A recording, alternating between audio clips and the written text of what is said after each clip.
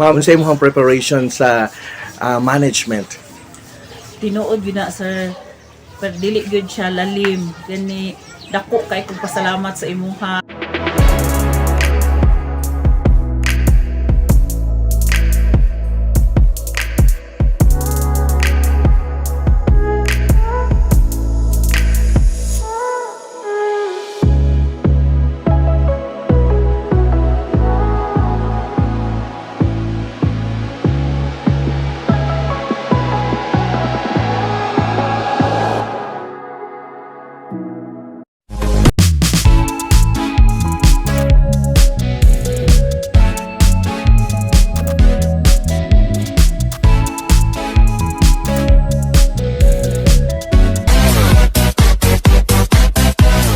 Magandang araw, this is Juan Miguel and guess where I am right now? Well mga kaibigan, andito po ako sa Denius Place. Yung may-ari ay imimit natin maya-maya ng konti. We will get to know her. Actually, she is a long-time friend of mine. Maybe 15 years ago, 10 years ago, I don't know.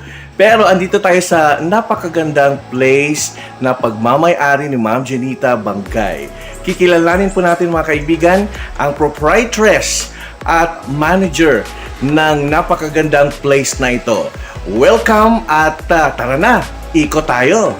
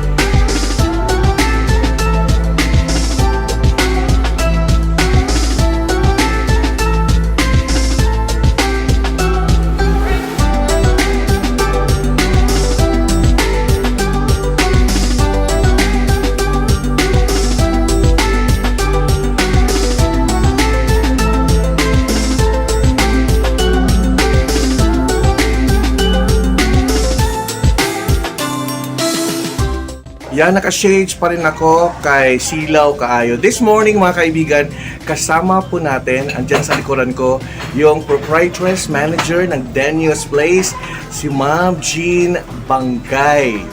Ayan, so she actually invited us for breakfast. So, makikikain kami ngayon mga kaibigan, kasama yung may-ari at manager ng Denius Place.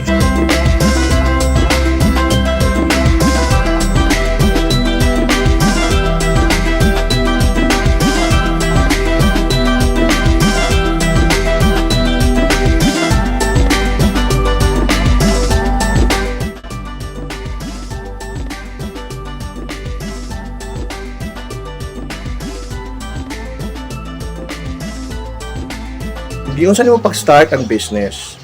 Start na ko ang business sa anam-anam lang siya kay sa tinuod lang wala gud pud mi ng plano nga maghimo og inaani. Ipalit na mo ni nga lupa kay para tamnan untag saging. Tungod pag adto na mo sa akong mga anak nga nakita na mo nga overlooking siya. Kita kay mga tapo mo utong ginay-hinay na mo inaani. Gani nagnegative pa ko sa sulti sa akong youngest nga ihimo daw na mo inaani no ko malisod mga itaghimo o kasilyas ay inaani pa ba hinuon. So mo to niingon akong duha ka anak nga ianam-anam lang namo income sa farm, sahod nila, palit semento, sa income anam-anam. Inaana lang jud wala pud mi nag-expect nga may inaani di siya. Naapod sa pamilya nga murag mahadlok pero wala man gud pud mi gigunitan nga inaana jud no kwarta ba nga dako jud nga pareha jud sa mga mayaman nga invest inaani nga naa jud sila gi-prepare nga dako nga kandidat sa amua anam-anam lang jud siya. Anam-anam niya naman may saging pod naman may income sa farm saging every week. So ang maghimo mga panday inika Sabado naman may kasweldo ka naman may halin sa saging. Ring naana ang pagkaanam-anam ba niya, naapoy mga gulay, inaana siya. Then naapoy magpautang nga kanang mga hardware, inaana lang dyan. Ma'am, ang kabalo man ka nga kanang ang pag-manage og resort og restaurant og lodging house medyo bugat-bugat.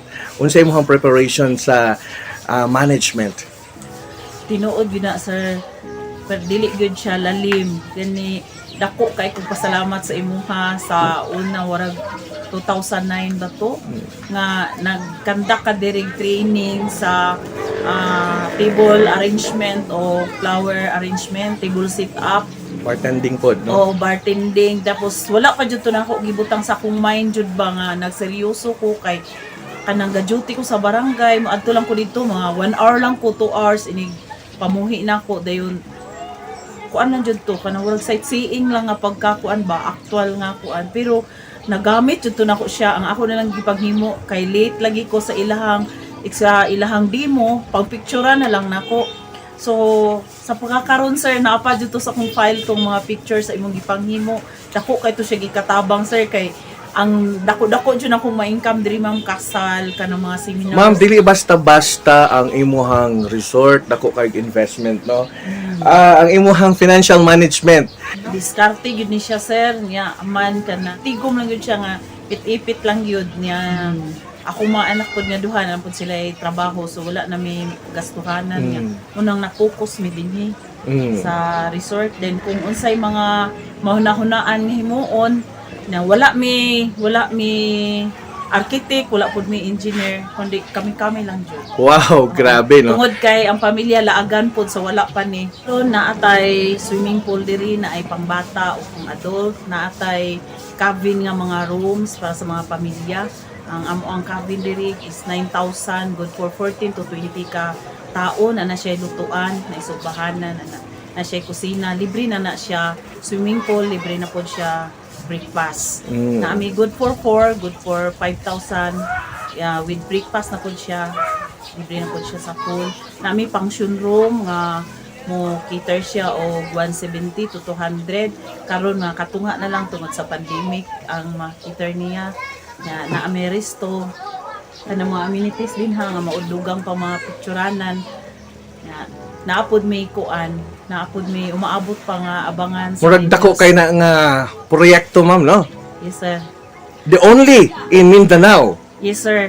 I-jive na mo sir, maghimo mi og kanang Eiffel Tower sa Paris, tapos nanapod lang mi dihay mga landmark sa uban nga mga nasod kay para in connection pod sa atong pandemya karon nga dili na kay ta makaadto sa laing nasod tungod aning pandemic kay the whole world man ni siya nga pandemya. So maghimo na lang mi diri nga miniatures, no? Kung usay, sa laing nasod nga ang ilang background ang Mount Apo. Unsay sikat sa abroad. Say sikat sa Apo. Akong masulti katong nagplano nga mahimo ginaani nga business, tumpak gyud siya karon tungod aning ato ang practice karon kaning YouTube, kaning cellphone, Facebook, mga maunay mo publish sa iyaha then kanang kita friend man ta pero lain-lain pud tag mga friend. Once i-post nimo, makakita pud to atong iba nga friend, moadto na pud sila.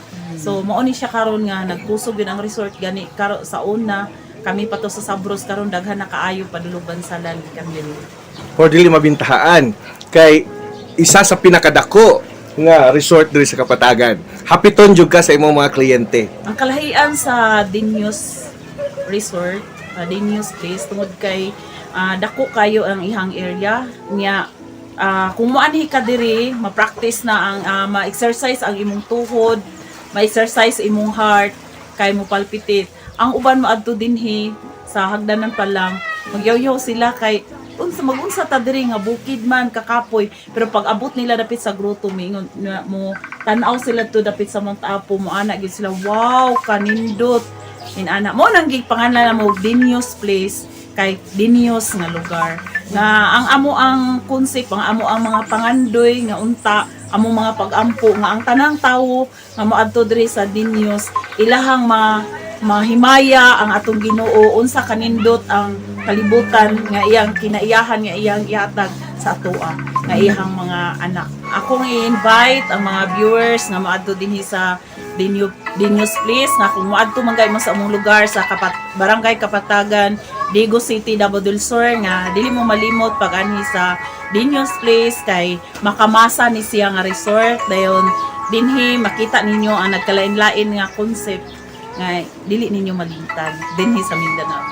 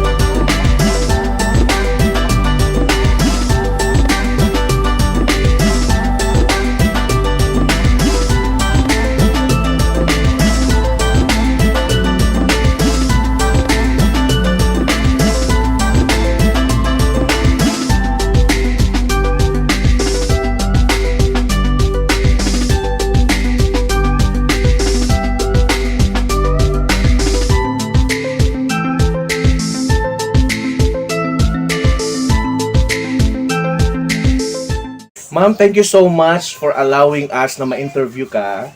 O dako kayo amo ang pagpasalamat no kay una pa jud nga nagpa-interview sa amo palang grupo, una nagpa-interview si Ma'am Jenita Bangay. Ma'am, salamat kaayo. Daghan po kay salamat sa inyo ha, sa inyong pag-anhi diri sa amo ang resort nga naglaom jud ko nga dako po ni siya makatabang nga daghan pa mga local tourists or foreign tourists na makaagto dinhi sa among lugar pinaagi sa inyong lugar. Ayan. Ali na mga kaigsunan, bisitaha ang Denius Place dinhi sa gwapo ug maanindot na barangay sa Kapatagan sa Dakbayan sa Digos. Kini si Juan Miguel. O kunin si Doc G. Siyempre, visit One TV channel. Click like and subscribe. Ayan. Salamat. Ali na.